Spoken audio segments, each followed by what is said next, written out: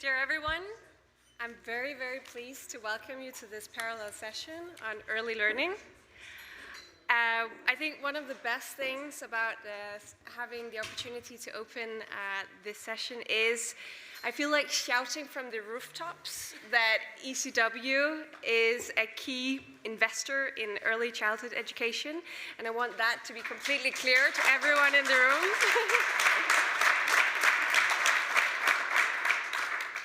And evidently, the impact and the achievements we can make for 3 to 6-year-old children is only possible in partnership and in support, with the support of everyone who's in the room today. So I also want to just give a big thank you to everyone who is here and who's working with us on a day-to-day basis, and those of you who will soon be working with us. So thank you very much.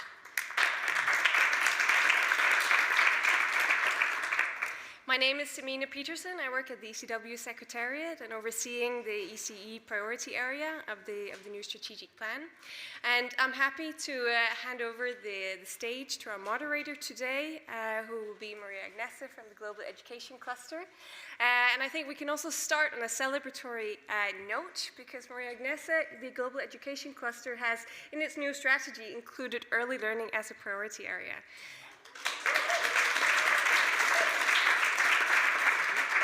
So I think it's fantastic to be here hand in hand between ECW and the Education Cluster as two significant champions of early learning. And over to you. So thank you very much. Thank you so much, Yasmine, and thank you everyone for joining us today. I'm very honored to be here and to moderate and host this session. So what we are going to discuss today are really the critical needs and opportunities in early learning. As you know, they are immense. And we will address two questions with our panelists. And these two big questions are, why is early learning not included in humanitarian emergencies, in humanitarian assessment and plans? And the second one is, what can we do together as a collective to shape a new norm so that early learning is part of every humanitarian response? I'm very delighted to introduce our panelists today. We have, I start from this side, Nour Jarrouj, the Senior Engagement Manager for Moving Minds Alliance, Sherrie Westin, the President of Sesame Project, Mr. Kibenge, the Secretary General of the Ministry of Gender, I have here, from Uganda, and Yasmine Sherif, no introduction needed, and our colleagues from the LEGO Foundation's team facilitators, who will open the session today with a surprise, playful moment. I hope you were patient and not opened the boxes, but I would like to, actually, sorry, before we move to the playful moment, we would like to share with you the postcard you see on the screen there. It's a postcard from a little girl, Awa, a refugee from Mali. Awa shared with us her dream. She wants to be a nurse. And what we are doing today is really to respond to her, saying, what can we do together as a collective so that the dream of Awa and many, many millions of little children, so that they can reach their full potential and realize their dreams. So as we go through the session, starting soon, please keep this in mind and think about what can we do and what can we commit together that we are all ready to shape a new norm for early childhood education. Now I pass the floor, actually the room, to our colleagues from LEGO Foundation, Jan and yes. The room is all yours. Thanks. We would like to come down here so we can see you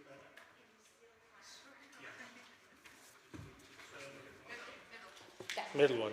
Here we go. Oh, you can hear us now. We might even pull it a little up. So thank you very much. And we can see some of you saw a new report and started to engage with that, so that's great. So what we wanted to talk about is how we can help girls like Ava and children in similar situation to get back on track with their learning trajectory. What we know is that children that face crisis rely on their social and emotional skills to handle what's going on. At the Lego Foundation, we very much believe that those skills can be strengthened through play. Play brings hope, and play allows children to feel agency. But to do so in a situation like that, we need to create safe bubbles with caring adults, where children in these situations have time and space to play, where they can be safe, be curious, where they can engage in meaningful relationships and build the resilience and move beyond just getting by. So that's what we're going to look at now. And our claim is that any space is a play space. And while some of you might not think that this place has been designed for play, we're going to prove them wrong, because that's what we're going to do in the next 5 minutes. Okay, I hope you can hear me. And as some of you have noticed, there's a little box in front of you, and it's okay, you have opened it, that's fine. So no one has done anything wrong. But so I would love for you all just to take your hands up in the air, because now I have to give you an instruction. And for that, we need to sit on our hands. All right, sorry. I will let you loose at some point. But right now, just sit on your hands and I will give you an instruction. So in front of you, you have this box, and keep sitting on your hands. And some of you know you can open it, and inside of it, we have, today we have brought some bricks. You can use any materials, but we have access to some bricks, so we brought those today. And in this box, we have different bricks. And in a second, I will give you a little prompt, a little thing for you to build and reflect on. And you can use all the bricks, or just some of them, or even the box if you want. That's up to you. But we want you to, as Jan just said, he talked about these bubbles, these adults, these safe spaces that you can create. What we want you to do now is just close your eyes and think about an adult, a caring adult, a helper that can enable this safe space for a child. And what I want you to, in a second, you can open your eyes now. You have envisioned some kind of helper. I want you to build a model with the bricks that represents what you can do to help that helper. Okay? So what is in your power to do to help these helpers all over the world? And I'm going to say, do you understand the question? Good. You can release your hands, and I will give you 3 minutes to build, and then we will share a little. Thank you. If you don't really know how to get started, just start fiddling with the bricks that really aid your thinking. So again, don't sit and wait for the perfect build. Just start building.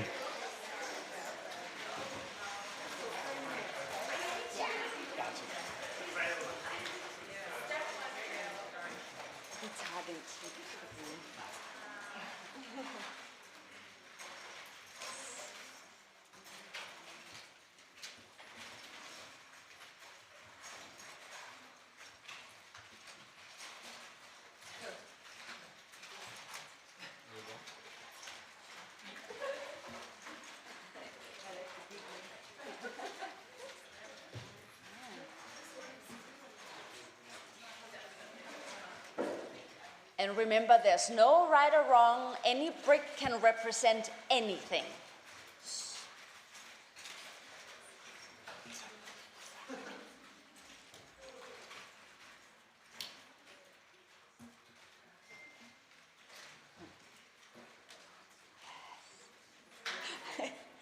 Looks very good. Looks nice, yeah. There's some interesting builds going on. It looks lovely.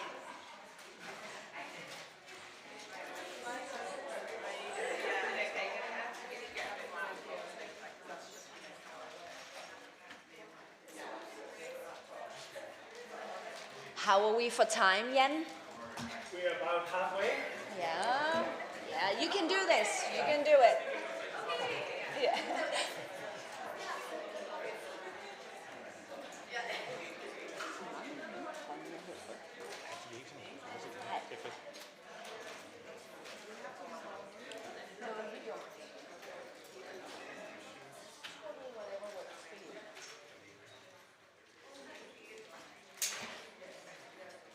I'm going to give you 35 more seconds.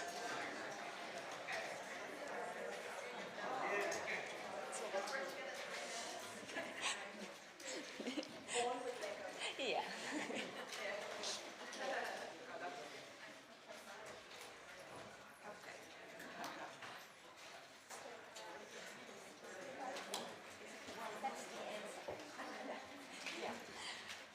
All right, so I would love if you could just add the last couple of bricks.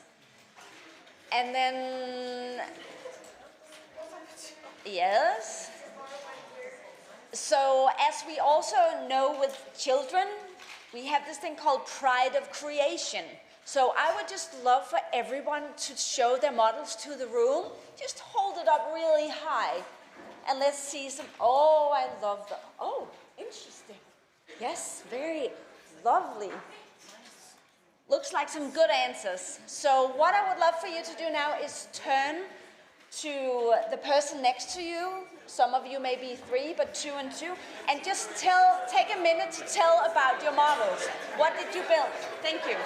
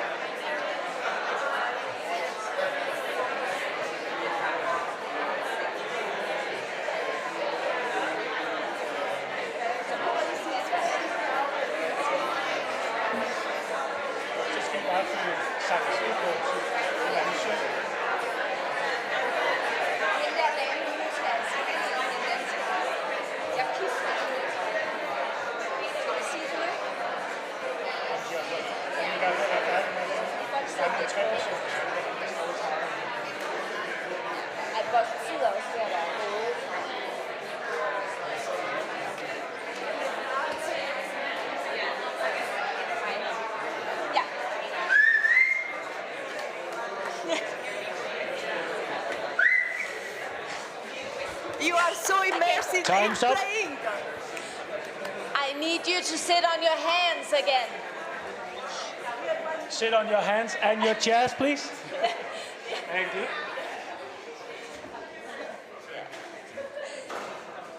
So even though it was very, very short, you lifted the room.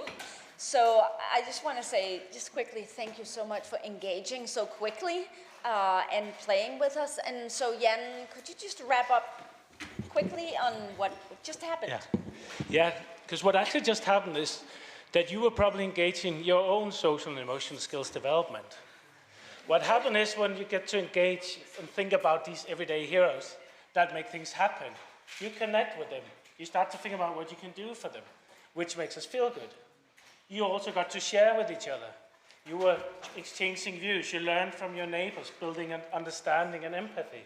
And that is exactly what we need to do with everyone in this room, to come together in support of the ECW funding challenge to make that happen. So thank you very much for engaging. Please bring your boxes with you. Keep building what we can do and your dreams, and share those on the websites. And give or us share the socials. hand. Thanks.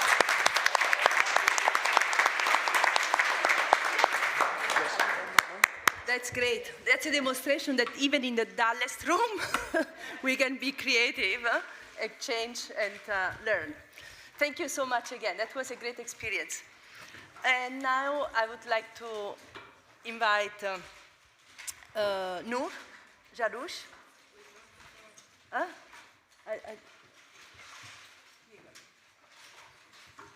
To the podium. Over to you.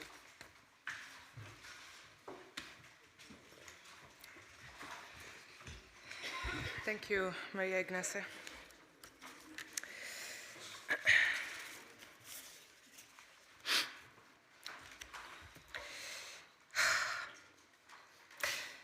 I had written a very good speech a while ago about how education and early learning had built the powerful woman I am here today, and how other children in displacement, like my own niece and nephew, might never have the same opportunities as me because they grew up in the Syrian war without having access to the same learning opportunities like me. But then last week, I got a call from my pregnant sister telling me how they survived an earthquake that hit Turkey and Syria, and how she, along with my elderly mom and dad and our neighbors, were helping local small organizations save the children from under collapsed buildings because they didn't receive enough help in time. So I had to change my speech. Because how can I talk about investing and scaling of early learning without talking first about how can we fix our broken humanitarian system and funding mechanisms that are subject to international politics, the systems that couldn't respond to children's needs holistically and quickly, that left pregnant women, elderly people, and already traumatized communities in Syria to save their own children from under the rubble again.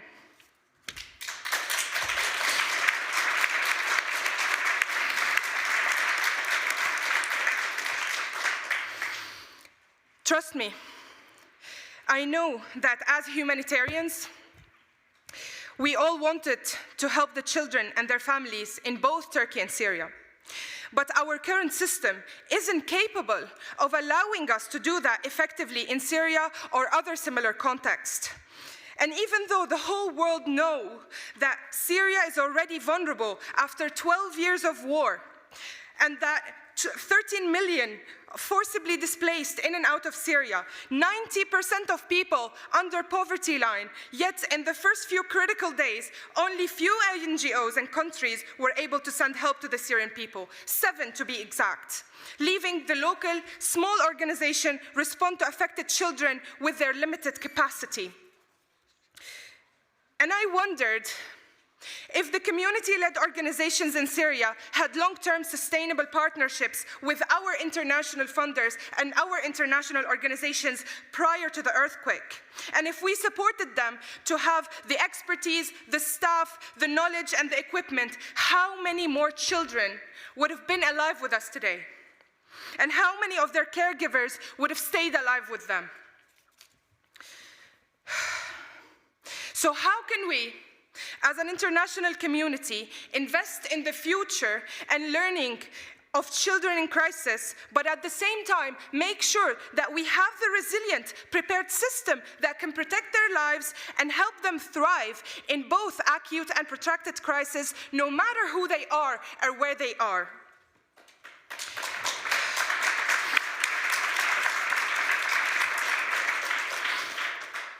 We can't do either or. It has to be both and together. And we have to be prepared to do that. The earthquake is only the beginning of another long-term crisis that left millions of young children with more trauma, without caregivers, without access to early learning or early childhood development opportunities and friendly spaces that could help them move on from this disaster. I want you to understand that as a refugee woman, I'm here to share our truth. And I'm here to share the voices of our traumatized young children and their families who are affected by this crisis, including my nephew and niece who grew up in the Syrian war without any of these early childhood education opportunities. And I'm here to share the fears of my young sister, who is a mother-to-be, in a war-torn country like Syria. She is rightfully scared of the lack of support for her as a mother and for her unborn daughter. I'm here to share the pain of all the forgotten children and all the displaced children in the world, all 37 million of them who are displaced due to conflict or climate and natural disaster. And I'm here to defend their right to play, to learn, to grow like all other children in this world, including your own.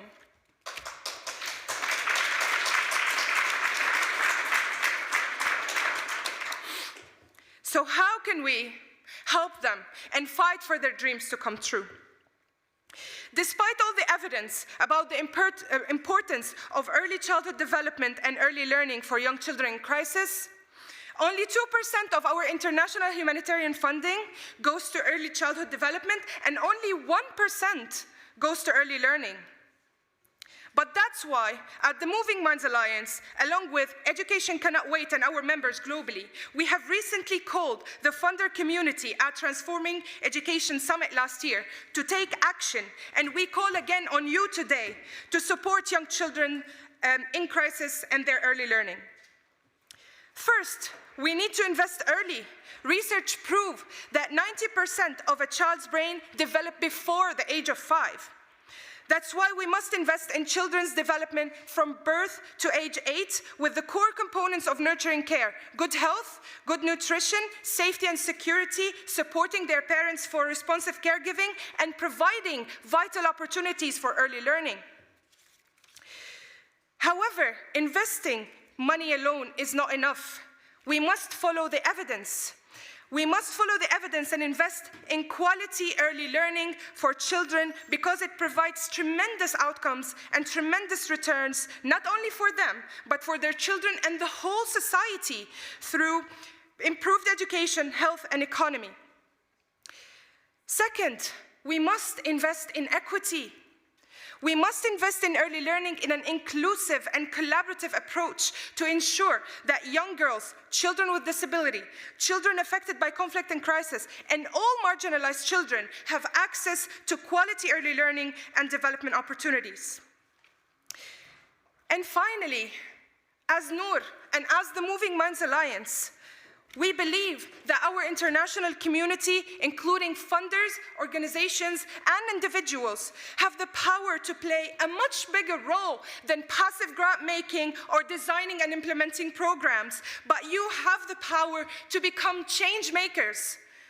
And you can do that by listening to our children's voices and their families. Take some risk to support the local responders, to support the organizations that build on their capacity. Use more equitable and long-term funding for locally early learning solutions that are tailored to the children in their culture and language. We must support children together, holistically and impartially. And last week's disaster is only one of many more acute crises to come due to climate change. And we need to be prepared, because our current system cannot respond quickly enough to address the children's holistic needs, including their early learning. Dear international community, the young children need us now more than ever to step up and fight for them and their future, no matter where they are in this world. Whether the young girls in Afghanistan and Iran, or the children in Ethiopia, Yemen, Ukraine, or Syria, because their lives and their right to learn is far more worthy and far more important than any international politics or any obstacles that stand in our way. We owe them a future where they are safe, healthy, and are able to play, learn, and dream. So I want to ask you now, will you listen to them? Will you step up for them and take action today? Thank you.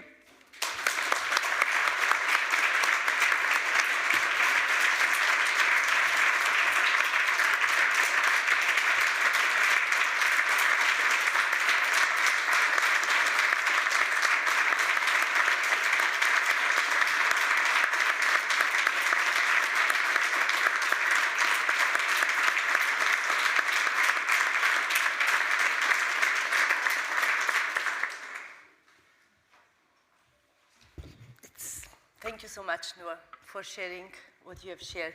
I'm sure all of us feel in our heart even more a commitment to act and make a change we all want. Thank you so much. So now we move to the next part of the session, and I would like to invite Mr. Kibenge to share his perspective from his role in the Ministry of Education in Uganda. And I have gender. And I have a question for you, because Uganda is a country, actually one of the first countries where ECW started its investment as a multi-resilience program. And given your experience and your increasing focus on ECE, we would like here to hear about the decision-making that has led Uganda to prioritize education, early childhood education. And also we would like to hear your views on how the practitioners in ECE, and many are in the room today, how can we better work with ministries to prioritize and make sure that early childhood education is included in education in emergencies. The floor is yours, Mr. Kibenge. Yes,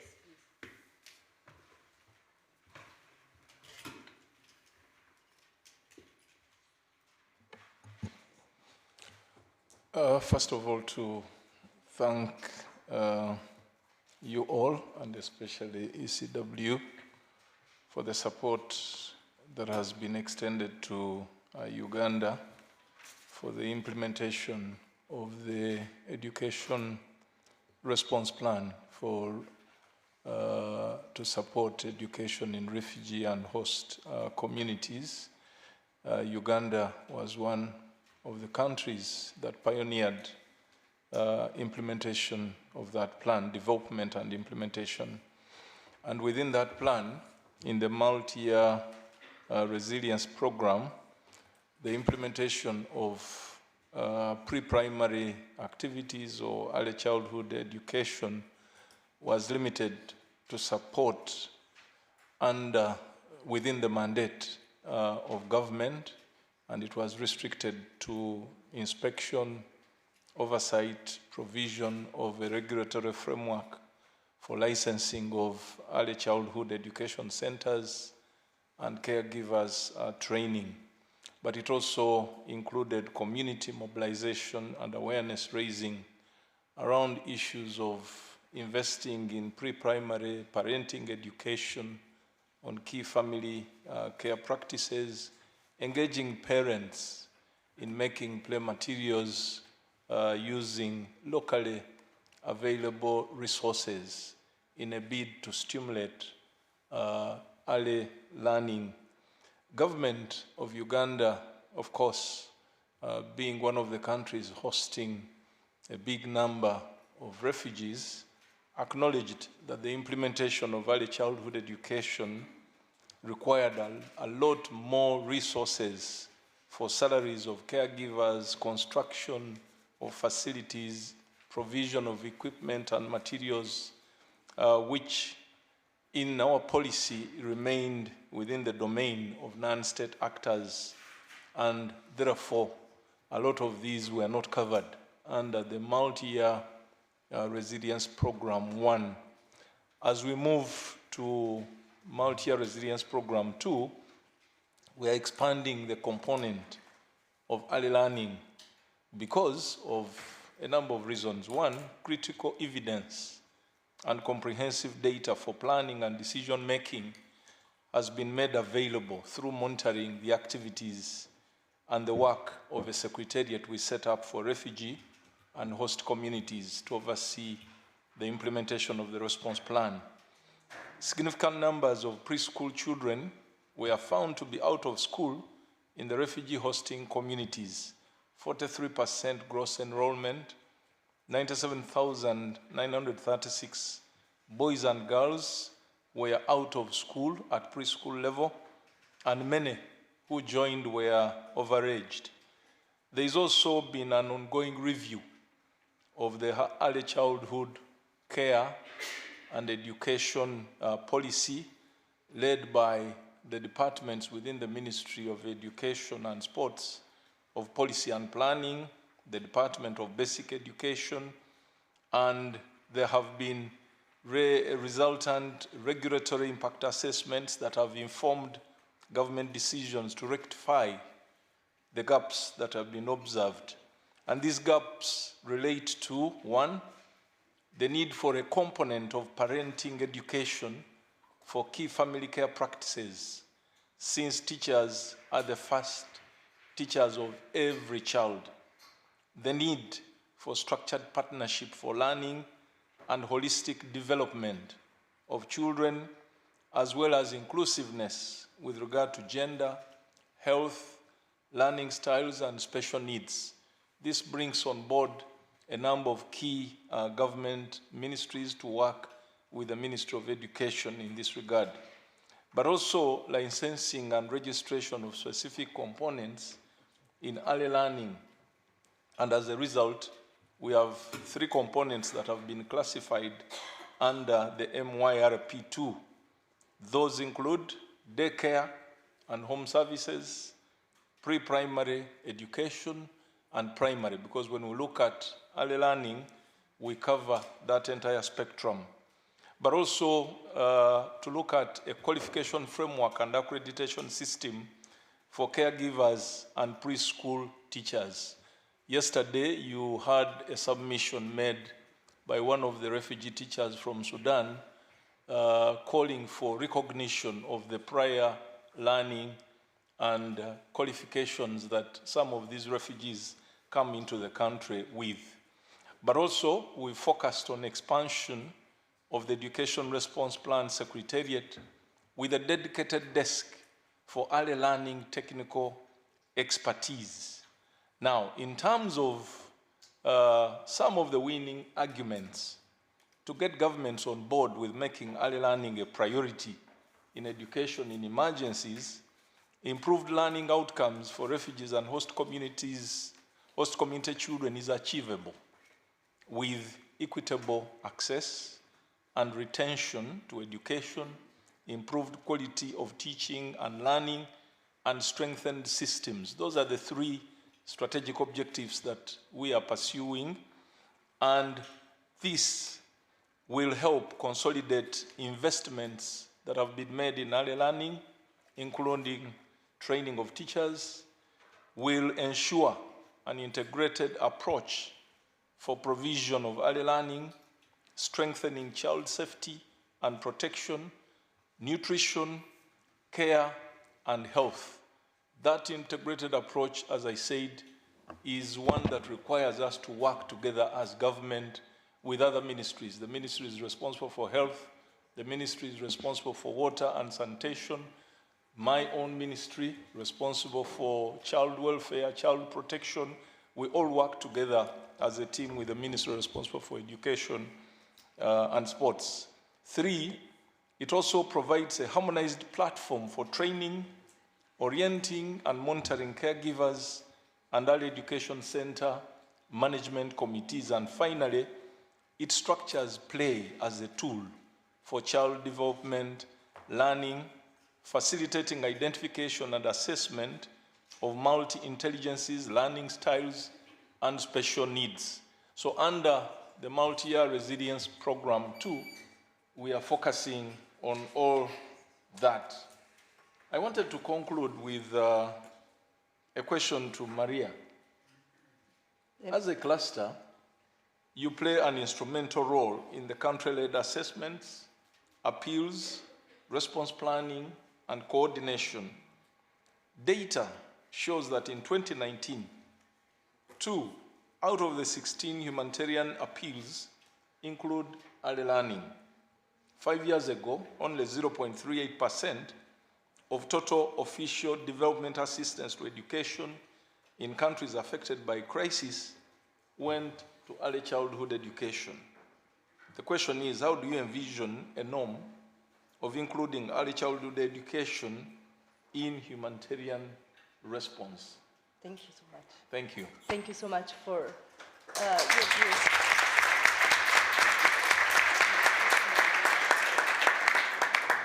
views. Thank you. So, thank you so much for your question and for your very important points. Just to synthesize, I see that evidence-based policy is key, collaboration, interministerial coordination, and also interagency coordination. And of course, the pivotal role of the MERF that has made these changes and prioritization possible. I will answer your question, but after Yasmine and Sherrie share their perspective. And I have a question for you, Yasmine and Sherrie. Since you are, your organizations and yourself are big champions of early childhood education, and we would like to hear what ECW is doing and what the Sesame Workshop is planning to advance early childhood education and create and shape the new norm we are all here together to do, and also to hear about the challenges and opportunities. I would like to invite you to the podium. Yasmine, Yasmine? I would like to invite you, oh, you would like to sit? Please. I was supposed to have a conversation with my friend Sherrie. I know, let's have a conversation. Please, both of you to the podium, because you're... But I want to tell a story first, can I? Of course. I like to improvise. You know, I have to tell a story. First of all, I would like to thank our dear friend from Syria. You spoke with such passion, but that passion also shows the suffering that you and your people have gone through. And I think it's important to bear in mind that the emotions that you share with us also comes from a depth of suffering, but it also shows the heights that you can aspire to and you will achieve with the right support. Power. Power to you.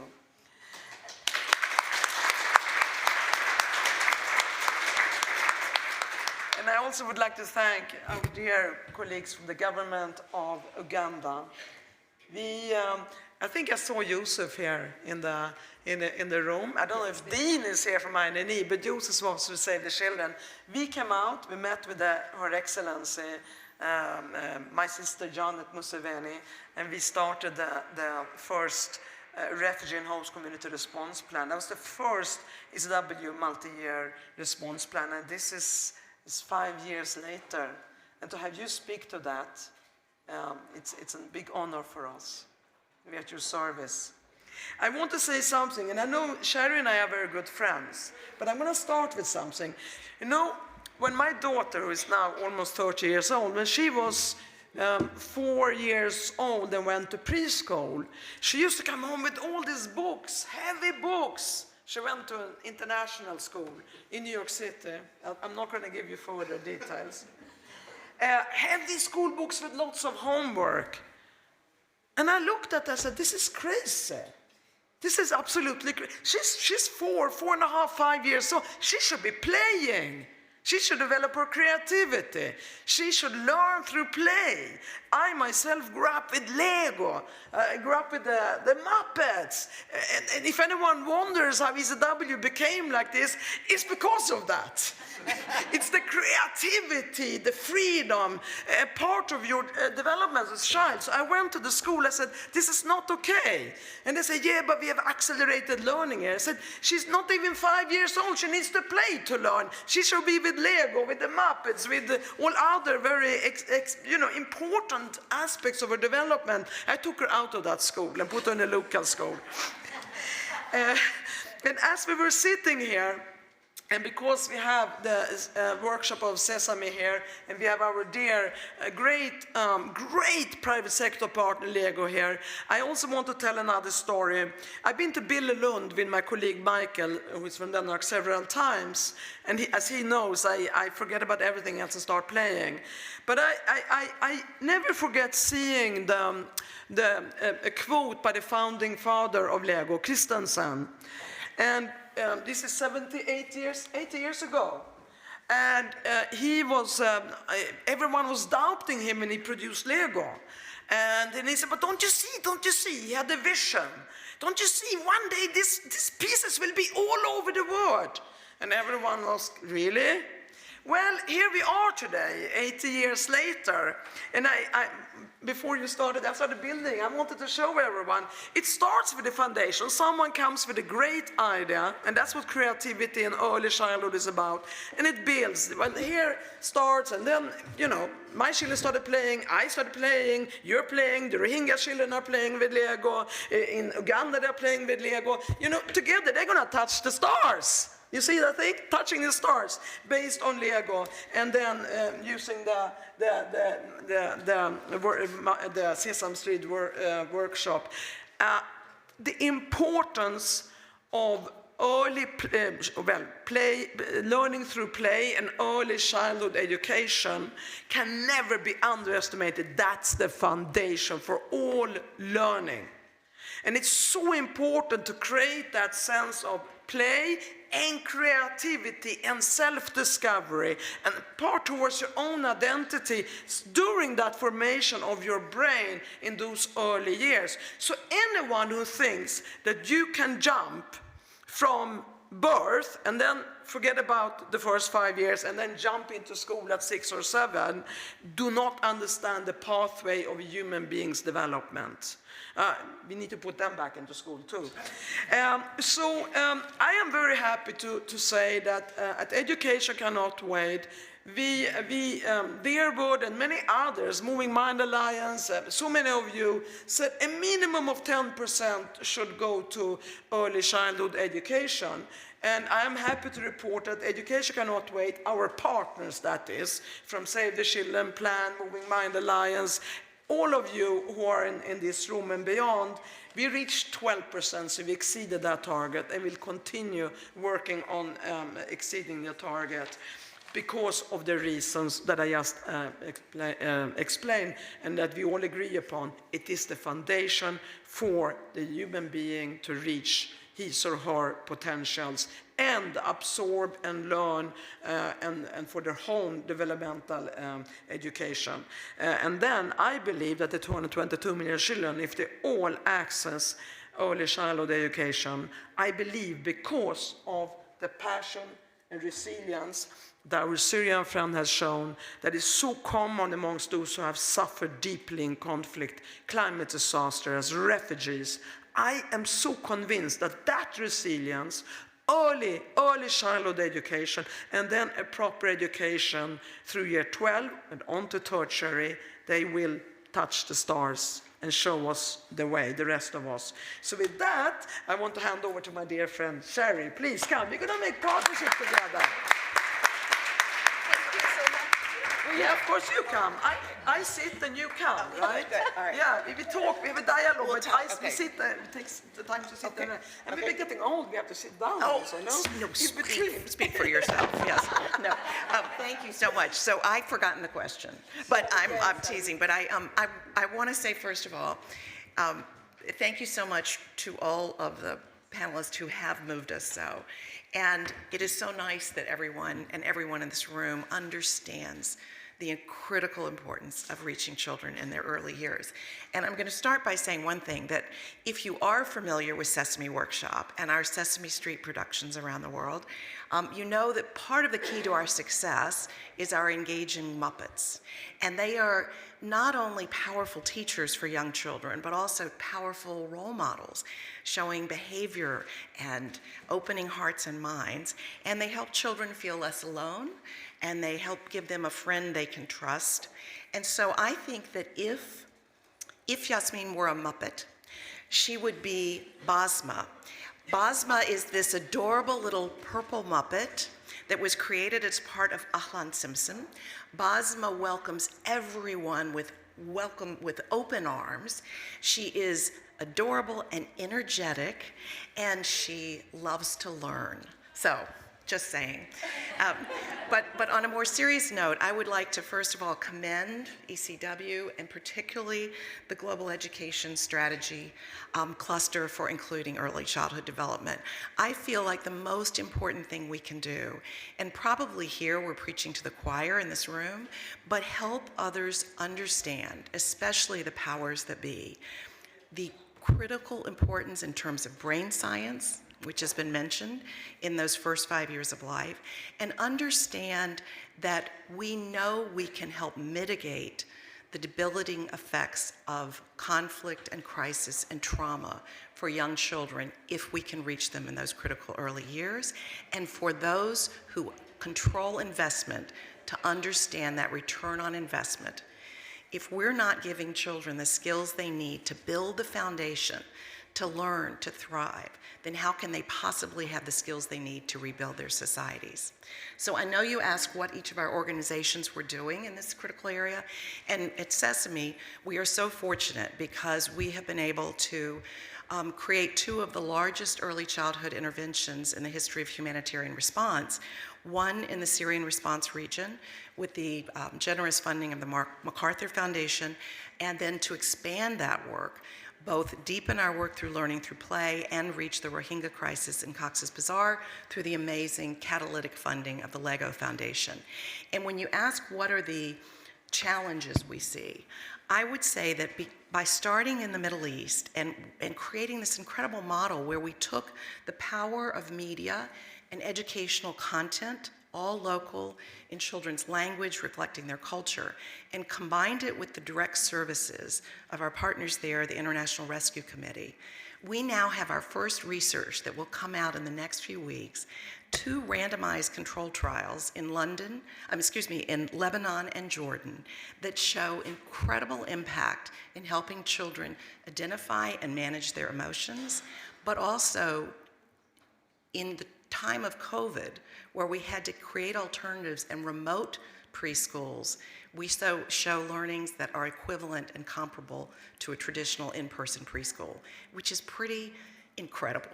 And part of our contribution from MacArthur and Lego, we put 15 million from each of those grants into research. So 30 million with NYU, New York University's Global Ties, so that we could share this research with the world, contribute to the dearth of research on what's most effective for children in crisis, so that we can add to the evidence for the value of investing in early childhood. From our work in the Middle East to Cox's Bazar, Rohingya, we have expanded to East Africa, Uganda with the Hilton Foundation, Latin America addressing the Venezuelan crisis, and now Ukraine. Much of what Lego funded allowed us to create a body of work. We call it Watch, Play, Learn. Content that could be more easily adapted because we want to work with more partners in these very different contexts and crises. We're learning what's effective. We know the needs of children are consistent, but the ways we can reach them, given the difference between host communities, camps, or being on the move, are very different. And so I would just say in closing that we're so grateful for the opportunity to continue to do this work, to focus on early childhood, and hopefully raise awareness of the importance so that we can be even more responsive in future crises. So thank you. I do whatever Yasmine tells me, but... Well, let me say this about Sherrie. I don't know all the Muppets' names, although I was watching Muppets from early childhood, not so much lately, but more and more. Yes. Since we have decided to enter into a partnership, it's going to be the Muppet Show Workshop, and education cannot wait, because we do feel very strong synergies in what we do. Yes, and if you were a Muppet, you would be all of the Muppets, because I'm learning everything from you. I look forward to this partnership. Yes, partnership, yes, right? Yes. And we hope that everyone will benefit from that in your work. We will. And everyone around there who needs it and deserves it more than anyone. Thank you very much. Thank you so much. Thank you. Such an inspiration. Such an inspiration. I will conclude in 1 minute to quickly answer the question that you posed, Mr. Kibenge, about the role of the cluster. So I assume that you all know the cluster, what it is, what we do, but there are 3 things that are essential. Needs assessment. If we don't know where are the kids, how many they are, what needs they have, it will be really difficult to have plans that include early childhood education. So what we are doing is to change the way we do needs assessment to include the age group 3 to 6. from the big joint needs assessment framework to the country-specific joint education needs assessment. That's one thing. The other thing is make sure that early childhood education is in the plans in terms of project. Third, financing, right? And of course, coordination is our role and lead. And on this note, coordination, I would also like to announce that together with ECW, we are going to convene a roundtable on early childhood education. We will share the date soon, but it will be this year, at least second part of the year, so that we can really start working together as a collective to shape that new norm. And the cluster is that platform that serves all of you, together with ECW, to shape that new norm. Yes, Yasmine, over to you. Thank you so much. I just want to say thank you for taking the time to come and be part of this conversation today. We have a systemic issue we need to solve, and this session serves as an invitation for you to step into this space with us to try to solve it. As a funder, we're there, we're committing, we're available, we want to work with you. Whenever ECW is activating response in a country, as an ECE sector, you should feel that is an invitation for you to step in. So on that note, let me conclude. I'll release you. Time flies when you play. So we're starting in the plenary session in a few minutes, but applause to everyone and a big thank you.